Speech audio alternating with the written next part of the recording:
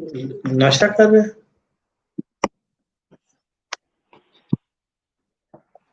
नाश्ता कर रहे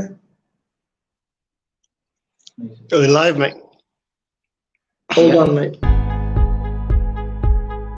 There? Yeah, please start. Where is the counter? Huh? There's no counter, there is a counter. We live? Yes. Right, We're everybody out. Welcome. Good morning. We're live. Sorry about that. We had a technical breakdown. Live this morning, as usual, drive time with Lakhi Singh, the property fixer. And obviously, you're not all right, property fixer. And this is with Lakhi Singh, where we cover lots of interesting topics to do with the alternative business and property solutions community with Lakhi Singh, the property fixer. And we also attempt to have lots of guest speakers on as well. And today, Lakhi Singh, we're going to go to mental health and the topics around mental health, especially associated with the illusion of debt. So I know you've been quite involved with lots of clients and individuals, friends even, who've suffered in the past due to debt problems. So I want you to start off and give your take on mental health and how debt can make people somewhat depressive, or at least semi-depressive, if not completely depressed. So give us your input. Let's see what's going on in that mind, that plethora of knowledge, that globe of intellect, and then we can continue the call. We'll try and get some live callers in. We may, I think, at around 8:25, maybe 30, we're going to have, will we have the guest Adnan on? Is that right? Okay, the team says yes, it's been arranged. So yeah, Lakhi Singh, fire away. First of all, good morning, everybody. Hope you're all well out there and traveling Morning, into work. Lakhi Singh. Morning, yep.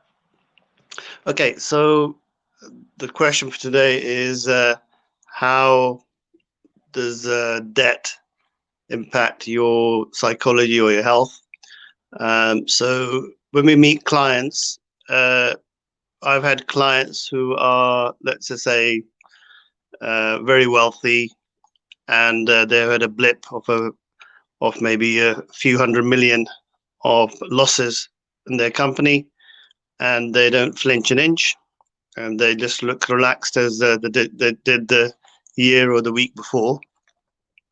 And then I've had other clients who've lost £500 or owe somebody £1,000 or a company £1,000, and yet they may be struggling with making that payment, but the impact on them on an emotional level may be very high. So I would say the debt problems are relative based upon your psychology. That's the first point.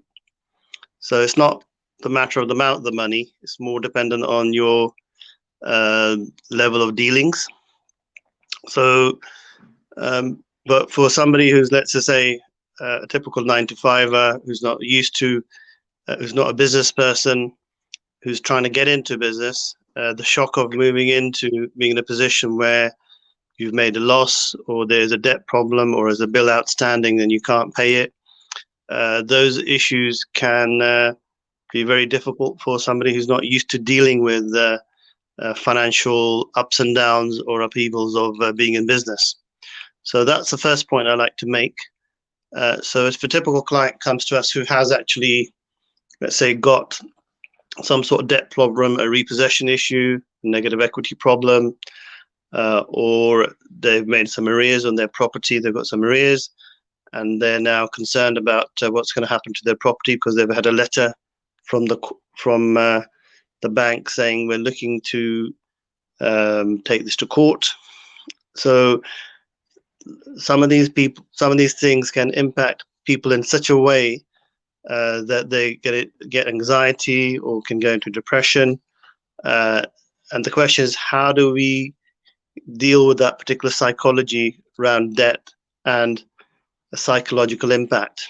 And what I would say to that, it's quite simple. The debt is illusionary. It's a bit like a plastic sword hanging over your head, but you, as our client, have come to us thinking it's a real sword, and the implications, the stress, the pressure, the anxiety of it all is actually become overburdensome, and you can't make clear decisions.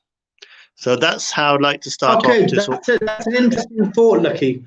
So really what you're saying is debt is all relative to the individual, and what somebody feels is a real sword could end up being a plastic sword. So it really doesn't have any threatening potential in it, except for the individual who regards that plastic sword as a real sword. Is that what you're saying?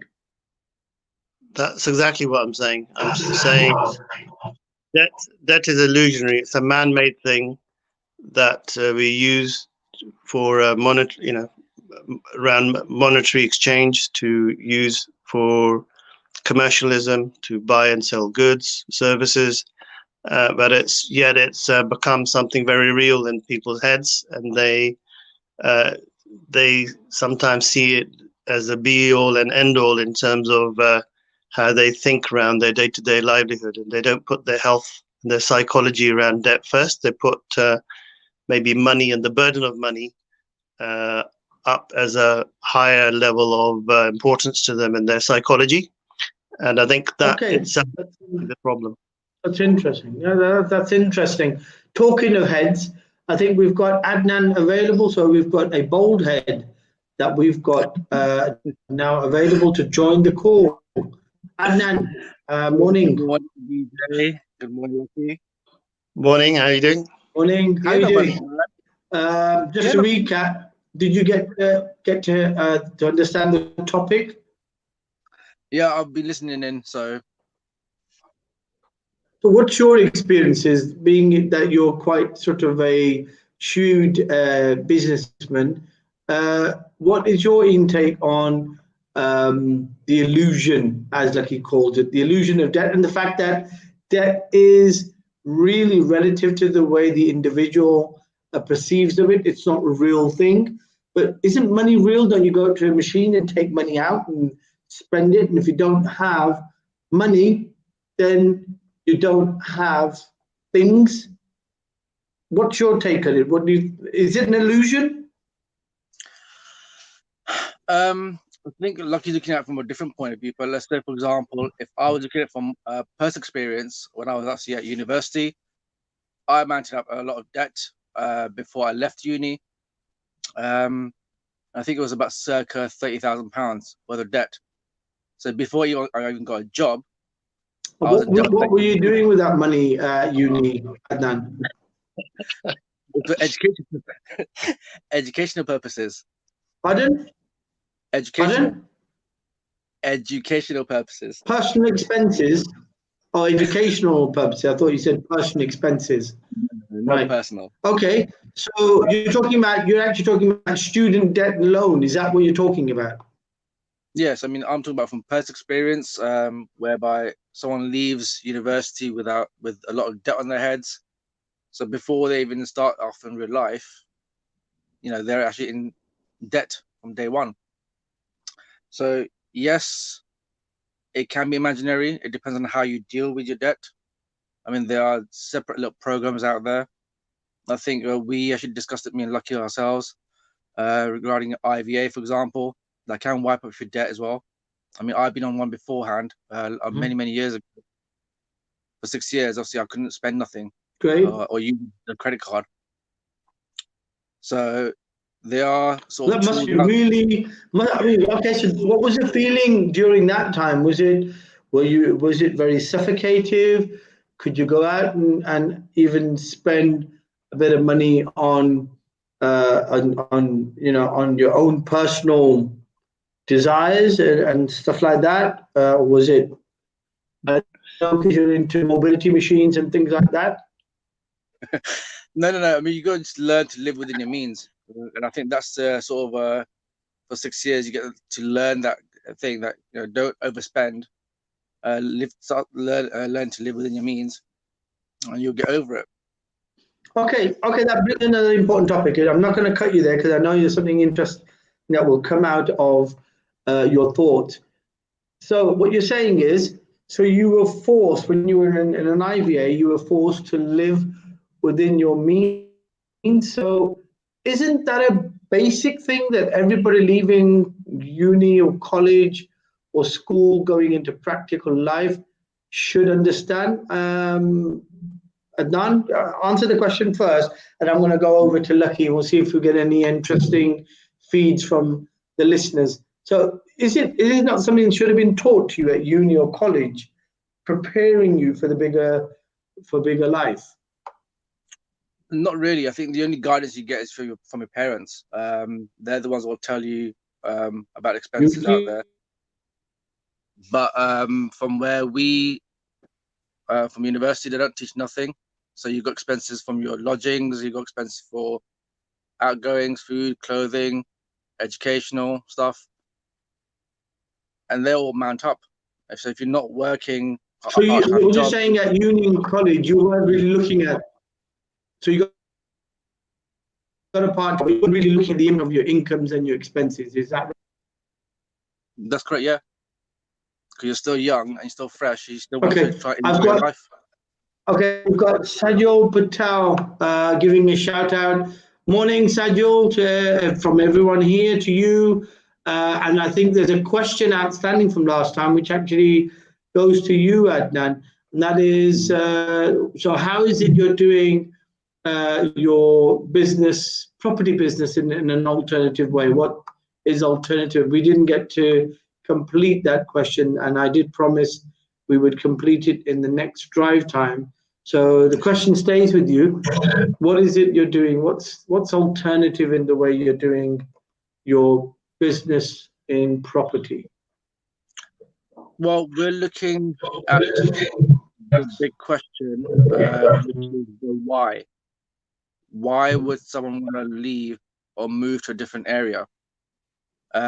So from that aspect of it, you've got, let's say, I read an article the other day. A lot of people, since this COVID-19, are looking to move out of London. And that question popped up, and I thought, well, why would they want to do that? Why would they want to leave London to go to, let's say, I don't know, the Midlands or to Yorkshire or to any other sort of region? Dudley. Yeah. Why would they want to live in Dudley? Wolverhampton. Yeah, so these sort of areas. Well, we didn't want to live in Wolverhampton, Dudley. Yeah. But the question is why. So I think that's what that's really interesting, isn't it? So what you're saying is you're bringing in another angle into property and searching for properties by raising the question why. Is that what you're saying? Yeah, exactly. Yeah. So we want to know sort of the whys that people are looking at. They may have a reason to move to, let's say, the Midlands for, I don't know, for use of hospitals, for good schooling, be close to the family. So there's a variety of reasons. And that's what we're trying to look at from the alternative point of view. Rather than your normal postcode searches, we're looking at the whys. Sure. What you're saying is, if I'm not wrong, if I get this right, because I'm going to flip over to Lakhi and ask him what his take on it, because it's Lakhi's concepts and ideas that he's obviously fanning out there. But if I'm not wrong, what you're saying is, because the market changed, and this is what you've just said, COVID has sort of like created a wave of people trying to leave London. Now, the reasons for them leaving London means there is now a market out there for the why question, whereas before it was just where are you going? Is it a postcode? I want to do so like Rightmove and Zoopla. Basically, they rely upon you to do your own search, and they just give you an option of 5 or 10 properties which are available in a certain postcode. What you're saying is you're leading the buyer or the moving party or the purchasing party or the searching party. You're giving them a bit like a TripAdvisor type of question to say, why are you moving? So why are you moving? And that why allows them to filter into a bit more an introvert position of looking for a property in an area.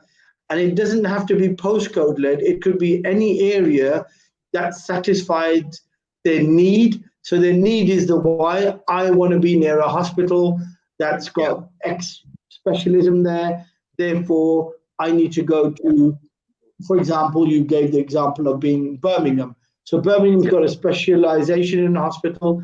An individual, for health reasons, needs to be near that hospital. So when they do a why question, they will find if that area has that why satisfaction. Is that what you're saying? Exactly, yeah. So the property will sort of meet the requirements in the why. So need-based why, which is something quite unique, because a lot of other, I mean, nobody asks why. They just tell you to put the postcode in and say, search of a half a mile, quarter mile, 5 mile, etc. So they're relying upon you to have your homework done. What you're saying is this feature actually gives people an answer to that question. Is that right? That's right, yeah. So we do all the sort of hard graft behind the scenes, find out all the whys in the area. So we'll find out where the top schools are. We'll find out where the hospitals are, and we'll put them together and configure them onto our platform for them to see.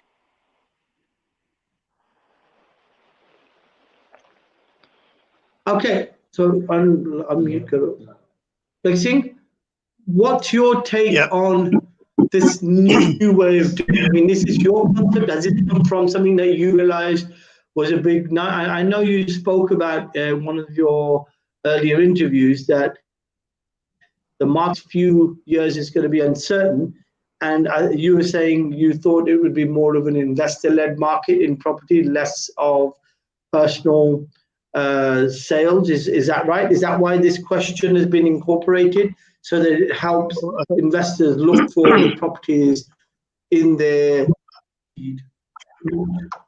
Well, I think there's 4 or 5 major questions that come to mind. That will mean that whatever we're doing in the alternative property business solutions community is going to possibly lead the way in creating a new way of doing business, or a new way of, let's just say, finding properties that you want, but they're going to be a lot easier to find with the way Adnan has described what he's doing. So basically, the majority of the search engines out there on the internet are very location driven. They're not based upon solving somebody's problem, which is, I've got a son who wants to go to university next town or city. I've got, I need to be near my parents in XYZ city or town. I need to find employment somewhere that's suited to my skills. I've got £200,000 to invest into properties that I want to bring, get a return from, but they need to be within a certain type of location where I'm going to get a return. But the likelihood of reselling that property is high because it's a high transition area and the sales of property happen easier.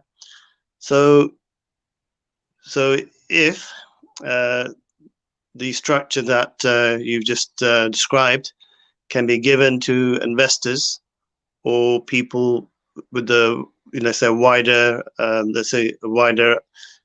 potential of really solving their problem, then I think Adnan and what we've been discussing will definitely be onto something in terms of solving a problem. So it's not necessarily about commercialism and what we can make out of this, but if we can solve people's problem. If there's somebody's got elderly parents and need to be near them, but they need to find the right location that suits their working requirement. Are you saying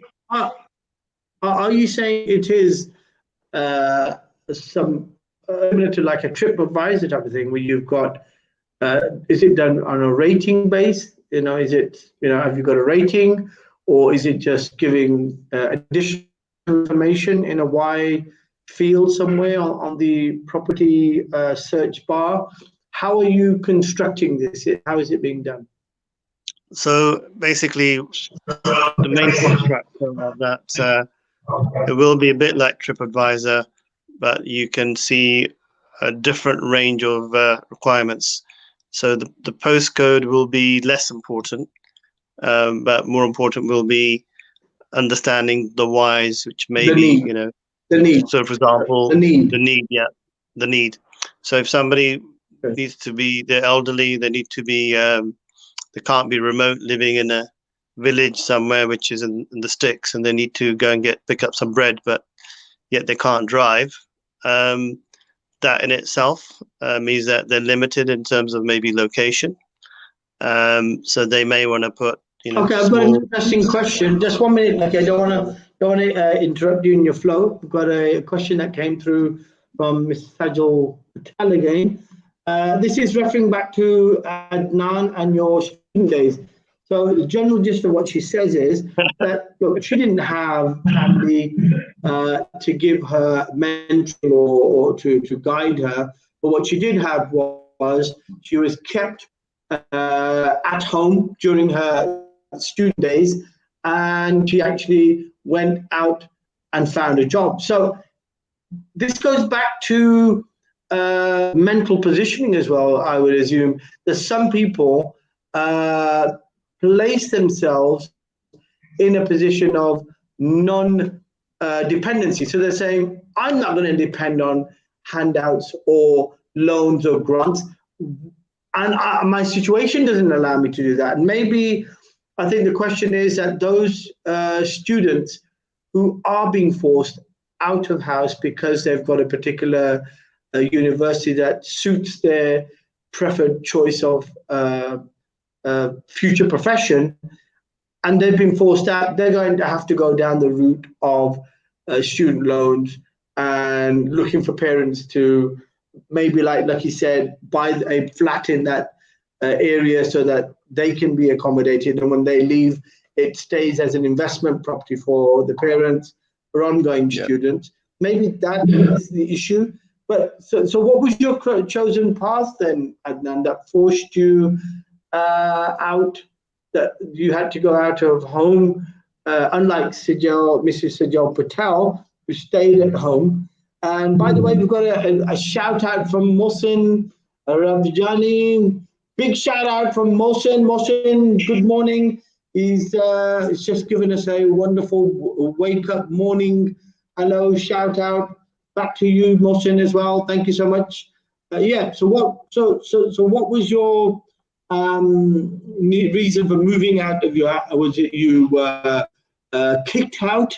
Because some kids may get kicked out because they are problematic, or was it just that you found yourself going to a uni that had the best faculty there for the course you wanted to go on? What was the reason? I mean, I chose Nottingham University, so I went to Nottingham. So you can understand, see, I'm not going to be going from home every single day. So I stayed at university in Nottingham, studied there for 3 years, and then came back to London. So you were in Nottingham. So did you find yourself knee deep in mobility machines there? Was it for some other reasons? Was Nottingham University have a special faculty of some kind? What was your degree? It was for the actual course I was doing.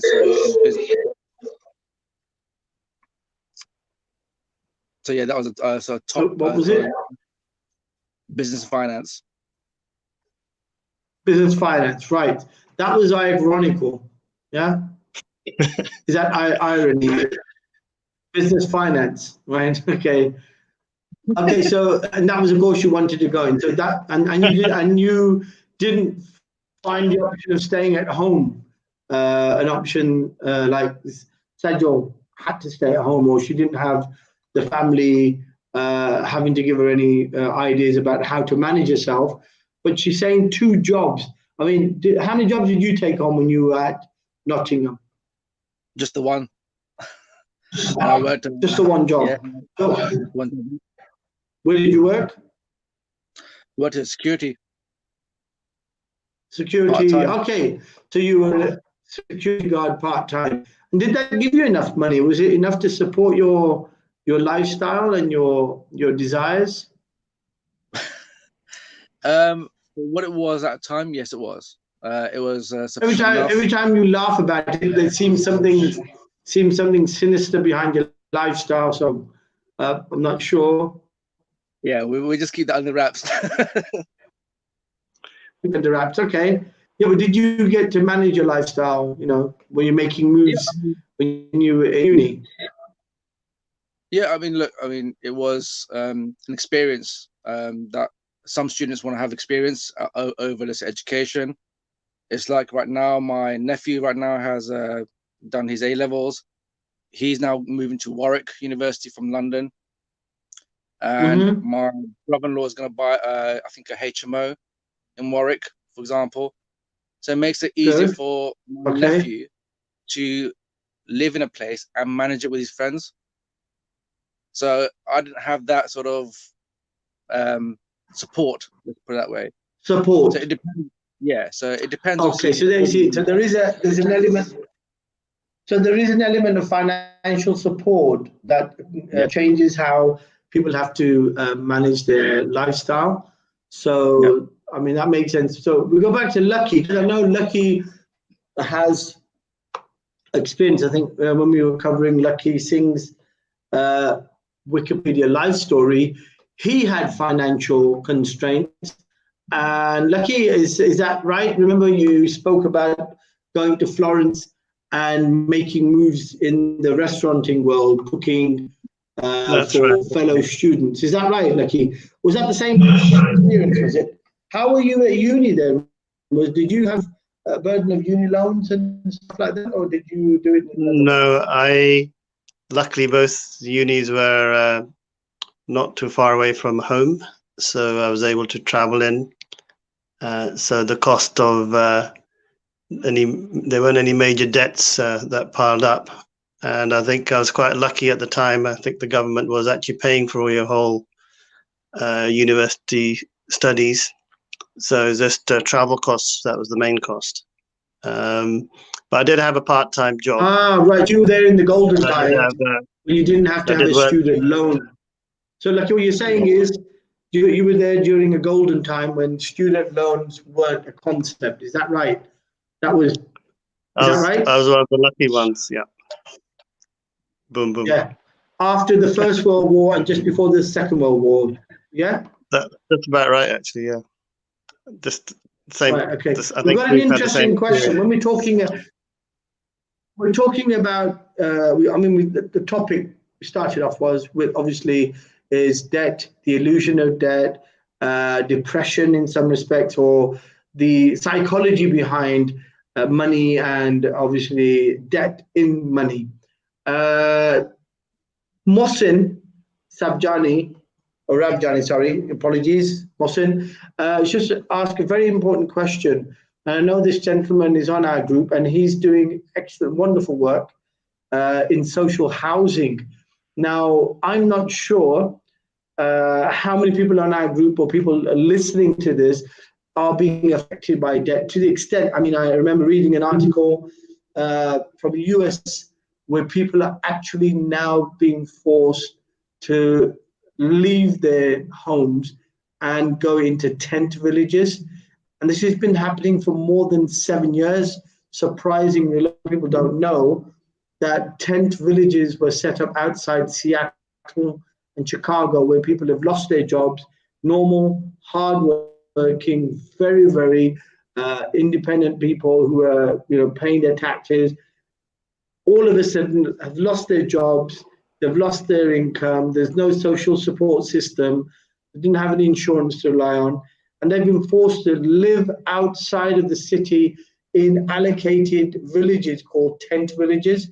And I know, Lakhi, you probably covered this a while ago in one of your presentations around the UK, that people were actually being forced to live in temporary camps. Now, a bit like, you could compare it to the camp in, Dover and Calais, where you've got these migrants trying to get into the UK who don't have fixed housing. or you can compare it to the type of thing you'd get in Rwanda, where you've got mass migration of people affected by war. So that's happening in the US as we speak. Now, Mohsin, I believe, is one of the pioneers in trying to stop this, or at least create a universal app where he's providing everything in one place. So he's trying to get people housed. So people who've lost maybe their incomes or families, or they're out of the net, to get them housed, to give them, I think, some encouragement in being able to retrain them, get them basic education, and get them fit to go back into working life. So his question is, desperately needs anybody out there listening, investor, developer, buyer, seller, somebody who wants to at least refer any assets they have that could be used for social housing. And obviously, the place to go to for this will be the Alternative Business, Property and Solutions community. And probably the right person, I believe, would that be you, Adnan, to contact to funnel through these assets? Is that right? Yeah, sure. It's myself and most likely Lucky. Okay, thank you for the enthusiastic answer. Flipping back to Lucky and his answer, can you continue with what you were doing? Not you, Mohsin, you can continue doing what you're doing as long as we don't see it on the screen. Talking about Lucky, continue your conversation, I mean.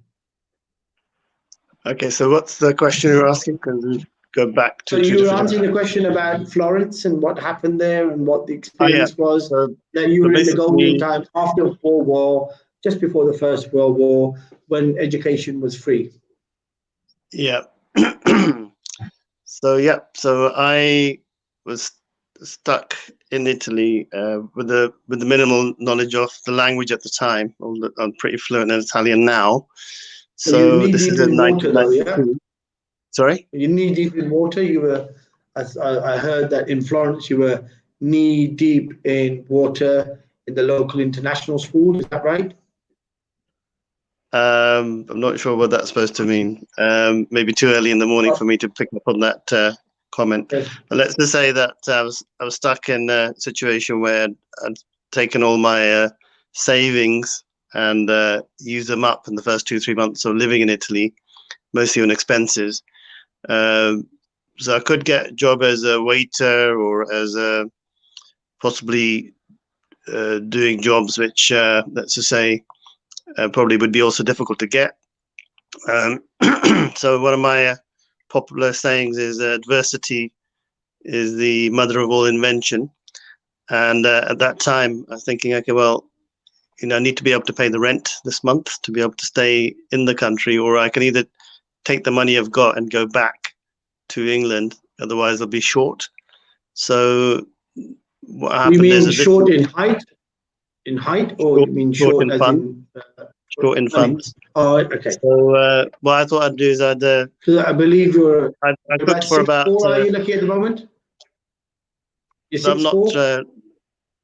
Yeah, probably about 6'2". No, you're 6'4". So because I was short of money at the time, I decided that I came up with an idea to start doing Indian cooking events where people would come along and they'd pay a ticket. So I managed to get 2 volunteers that would be able to eat for free. And I managed to do vegetarian dishes. So I'd get all the vegetarian food ready for about £30. So literally have about 20 bags, which I'd go to a local shop about a mile away, pick them all up. And then I would created a menu. I've got about 40 clients, charging 20 euros each.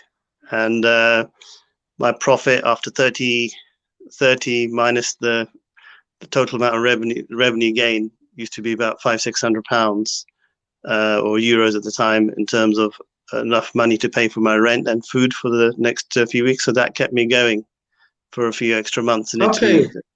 So you've got all the calculations on your fingertips, Mr. Singh. So a definite rule to be a sharp businessman is you need to be good at your accounts. And I assume with your accounts, you are very sharp in keeping on top of financial matters. Is that a tip or advice for the listeners out there trying to tap in to the mind of Lakhi Singh, the property fixer, the man, the mover, the shaker, the acre?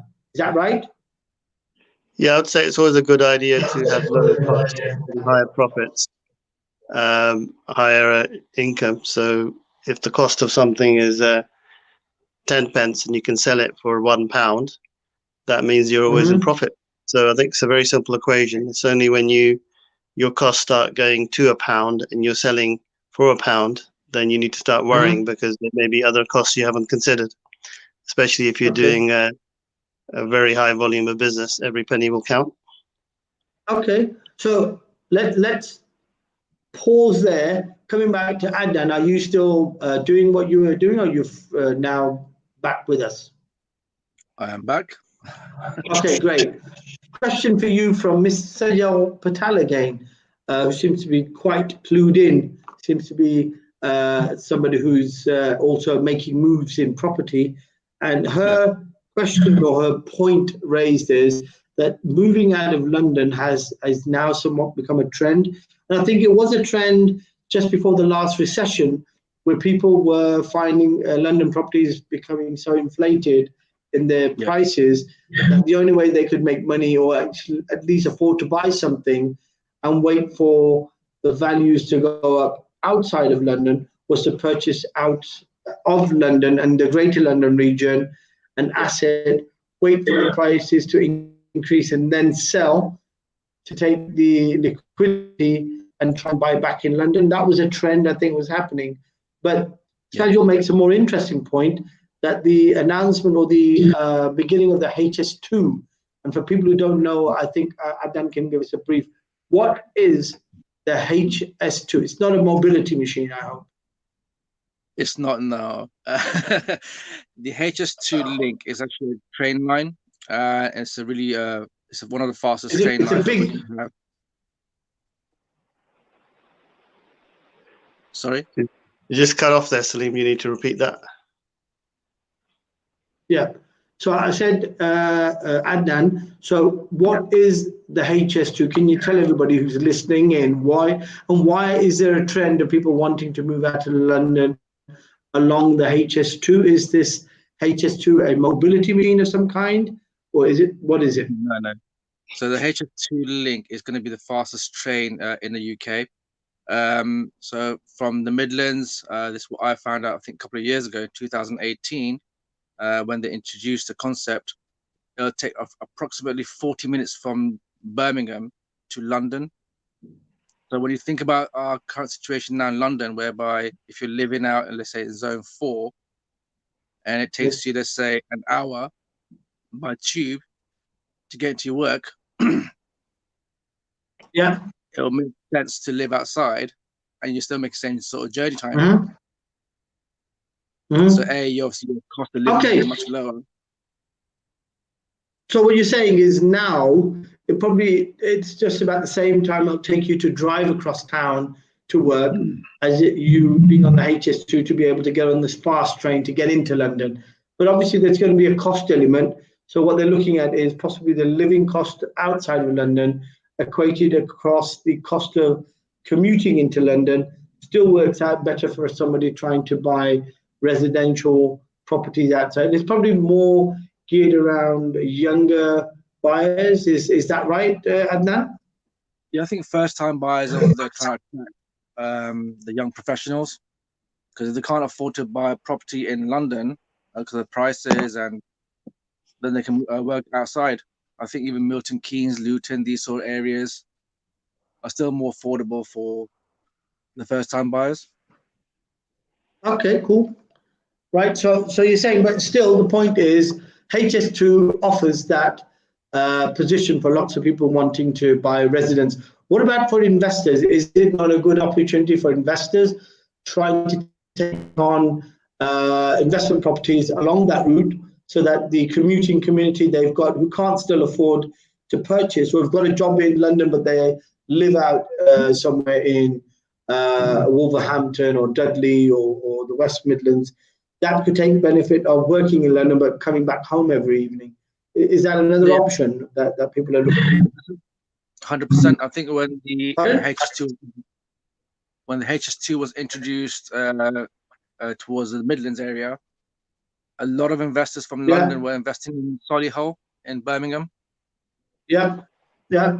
So, and that's So I'm just going to hold up that we're gonna go to a question that's come through from a Mr. Coogan, I believe. Is that right? A Coogan? He's saying, "Who is this VJ? And is he real?" Well, I'm a halogen, and I'm now disappearing. And I will come back as a halogen. Yes, I am a halogen. So yes, that's to answer Mr. Coogan's question. And who am I?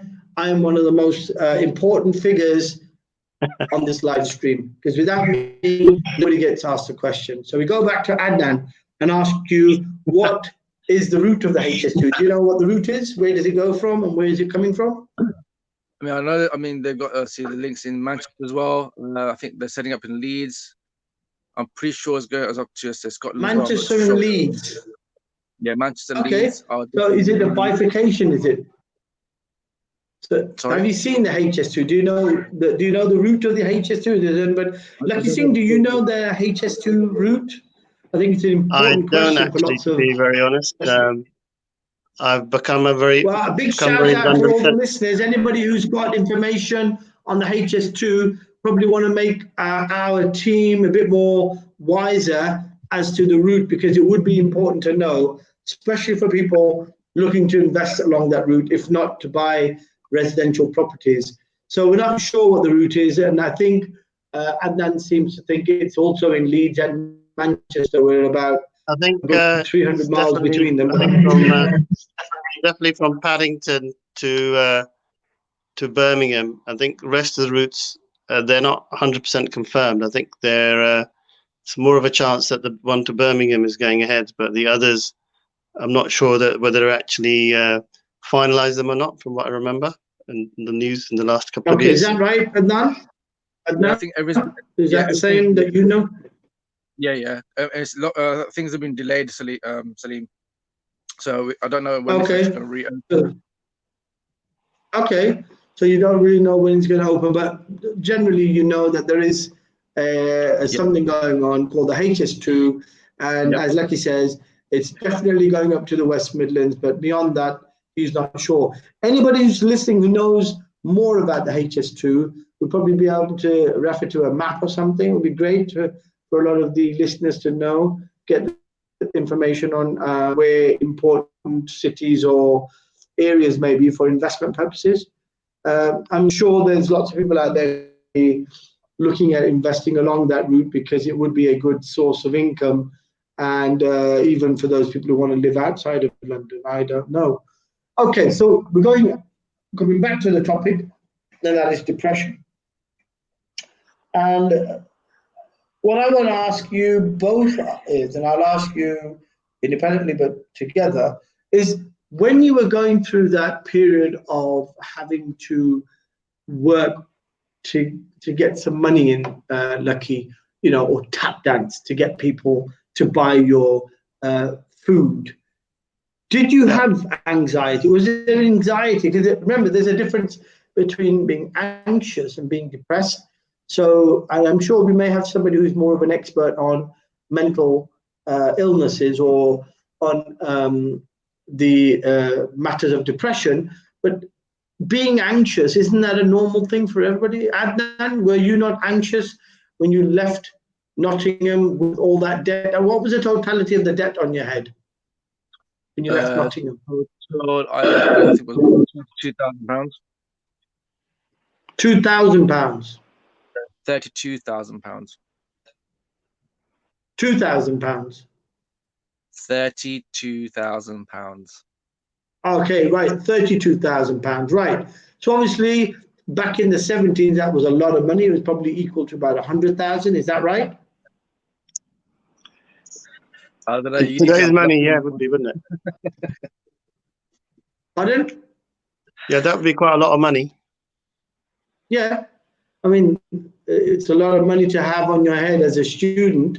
So, okay, did you have anxiety then, or were you somewhat in semi or depression of any kind?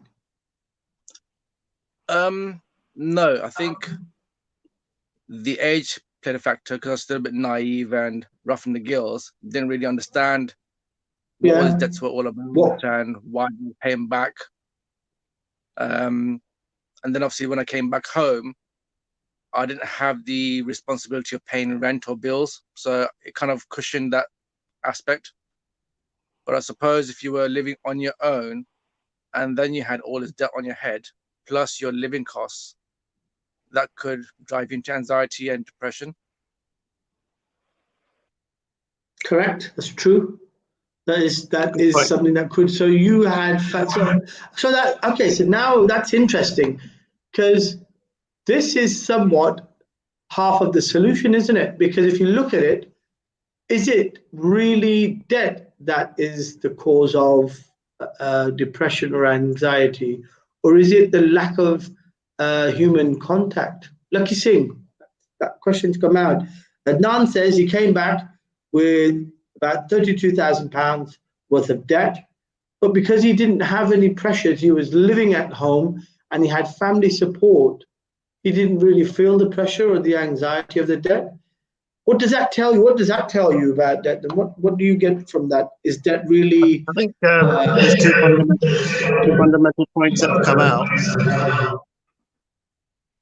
There's two fundamental points that have come out. So the first one is that if you're in a supportive environment, even if you were on your own, I think, but you had maybe, you moved out, got a flat, you had to deal with your costs. But even if your family are supportive, or you've got people that will help you if you do need it, then in some ways, the thought that you got support is enough to give you less anxiety anyway. That's point one.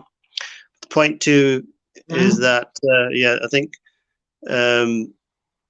definitely if you're on your own and got a flat, you've got costs to pay, then if you're let's just say all of a sudden maybe one bit goes wrong somewhere, you can't make a payment because you had an unexpected expense, then it can actually trigger anxiety, and anxiety can move into depression. So I think Mohsin Rabjani. Anxiety isn't anxiety a normal thing though? Isn't that are we not then talking about the natural human psychology that deals with stress? Because ultimately has an element of stress to it. You've got to make money to pay bills. If you have greater desires or you make more moves, you are then going to incur more costs. So the costs that you incur, you naturally have to work harder. So it being somewhat a cyclic position is not debt or the psychology of debt based upon a natural reaction that people have to anything that's stressful. Isn't that the way we should look at it? Not treat it as a depressive order? The thing is that debt in itself is not always the issue. It's like the person. So if they've had, let's just say, a very easy life with very little stress, and all of a sudden they're plunged into a situation which they may not have as much control over, or don't have the aptitude or the understanding of debt, then the likelihood is that there's a higher chance of actually having some sort of massive stress or anxiety around something, which is normal. But if it's done over a prolonged period of time, a lot of people will give them could actually lead to mental illness, because there's only so much stress and anxiety someone can take. They need to find a way out of that. That it can actually be quite traumatic for people, with them realizing that they're going through some sort of trauma. So I think it's a very individual thing. But I think from my discussions with Mohsin Rajani, in fact, we were saying that 1 in 5 people in the UK suffer of some sort of psychological stress or mental illness. So, I mean, I Okay. think So the Watson is question probably I'm more going to the raise, expert. I'm going to raise a Numbers. question. Yeah. Yeah. What I'm trying to say is that your point is that anxiety over a period of time which is repetitive or hasn't been resolved, that Yeah. is possibly the reason people go from anxiety into depression. So depression probably is a periodic thing. So somebody who's not able to deal with the anxiety hasn't been able to fix the problem or the stress that's been caused because of money. You're saying that's normally equates to depression. Otherwise, normal day-to-day stresses are anxiety. But I think Carolyn, is it Carolyn Williams? I think you checked me last time on it, Lucky. Is it Carolyn? Carolyn, Is that yeah. right, Lucky? Yeah, that's right. She's brought out an interesting comment and says that living alone, living in a flat alone, can be quite depressive, or I think words to that effect. That she's again reinstating the fact that in a society where people are very selfish in some respect, you could say, or independent is another way of using it, or less uh, culturally to family integration. So, a typical person who is on their own, working a 9 to 5, is probably more likely on their own to be in environments which would create depression or anxiety that would lead to depression. And I think she's also written down a very interesting comment that says, time for maybe a lady, a woman to step in. Is that right? That's what I read it as. So that comment a bit left up here for Adnan to answer. Do you think this is time for a lady? Is that it's not that you're a lady, so I didn't mean that I've been told you like wear wigs, but that's not part of this question. The real question being that she's probably talking about partners or relationships. Does it not make a big difference if you've just got a female, or in the other case, a female's got a male around to share that stress? Or maybe she's saying females are better at managing money. I don't know. What's your interpretation of that? Yes and no. Okay. That's a loaded question, I think. What about the wig? Is that about the wig, you mean? You don't have a wig, or you do have a wig? No, we're talking about the females managing finances better. So I know some that can't and some that can. So it's the same that goes in the male or the men as well. Some that can manage their finances better, some that can't. It's just down to the individual. Yeah, but she's saying loneliness and isolation. What she's saying is it creates depression. It creates that environment. And she's saying maybe it's a time for a female to step in, for a woman to step in. So I'm going to interpret that in two different ways. Either she's talking about the beauty of union of a husband and wife, or a man and a woman, in whichever form, or she's talking about the fact that women are probably generally better at managing money. I don't know. I'm asking the question. Not that you obviously are a woman, but I'm saying, what's your opinion? Do you feel that women are probably better at managing money, or are they important in managing stress of life? I mean, maybe a society that becomes so independent and so aloof from the basic concept of marriage or partnership probably creates the problem. Maybe the problem is solved with a simple matter of being together with partners. So having, a better half is probably half of the solution. What do you say?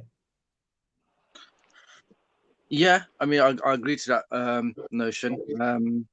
Obviously, if I look at my personal circumstances, my wife is probably a more better or more organized person than I am. But in terms of bringing the finances to run the house, I bring in majority of the actual income.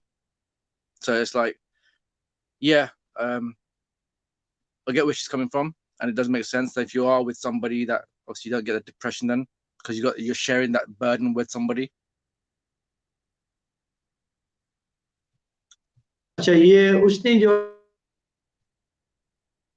Lakhi, same question across to you. And Carolyn says, well, male wiring, so as you, in terms of males, hardwiring in terms of being the providers, and female soft skills, which is a definite. I think if you visit a local hair salon, you'll find a female soft skills totally at work there, in their abilities to communicate and let out their general feelings and stresses. So I think there's a foundation behind her comment. So what do you say, Lakhi, to that? Is it women are better with money, or is she saying that women's soft skills, if you bring them into a relationship, it's going to allow you to absorb that anxiety better?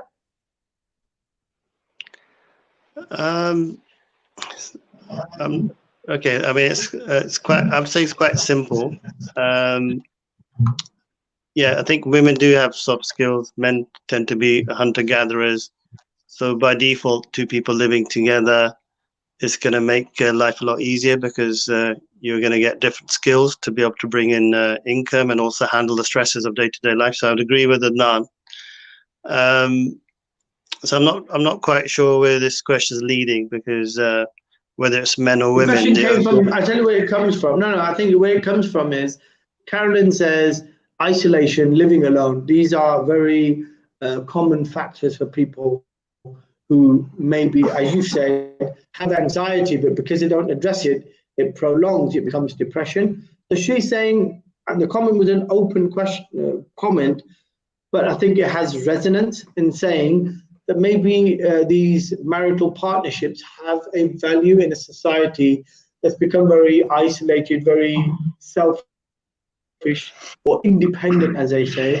Maybe going back to basics, having a partner, maybe having someone there with you, adds the extra depth you need to deal with anxiety, to basically stop depression. So that's the question. So I'm asking for you, is she saying soft skills, or is she saying better to manage money?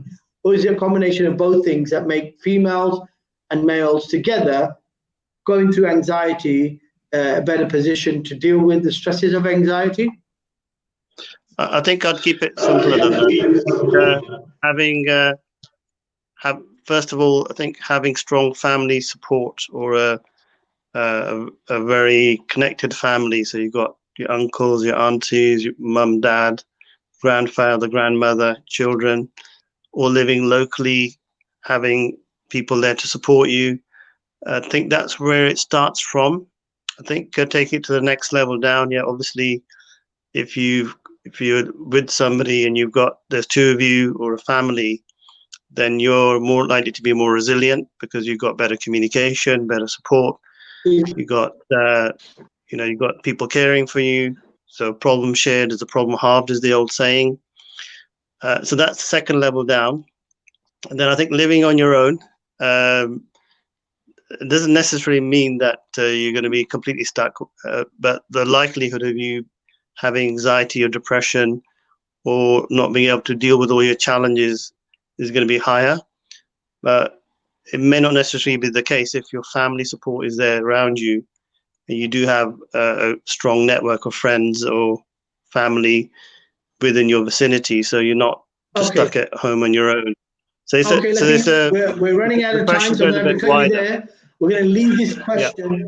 We're going to leave this question unanswered for next time. Obviously, from Carolyn, her opinion is it's a combination of both. You need to be married, you need to have a partner, and you also need somebody, one of the two, to be good at managing money, whether it's the female or the male. That's a question left unanswered. We will continue next week with the drive time session on Monday, and we'll be the live story of Lakhi Singh, the property fixer. So thank you everyone for listening. Thank you very much, Adnan, Lakhi, for being on call. and providing a lot of exercise, depth on these topics. Look forward to seeing you next week, Monday, 8 o'clock to 9 a.m. Sorry, in the morning. None. What's about the sign, mate? Come on. I can't. I've got a phone. All right, he's got a cup of tea and he's He's holding got his his mobile hands- phone. He's got his hands in it. He can't be doing it yet, so we'll try and make it a time more convenient do to that. you, Adnan, so you can do all your stuff. Yeah. Okay, guys, take care. Bye-bye. Take care. Bye-bye. Bye-bye. Take care. Bye-bye. Yeah, whatever.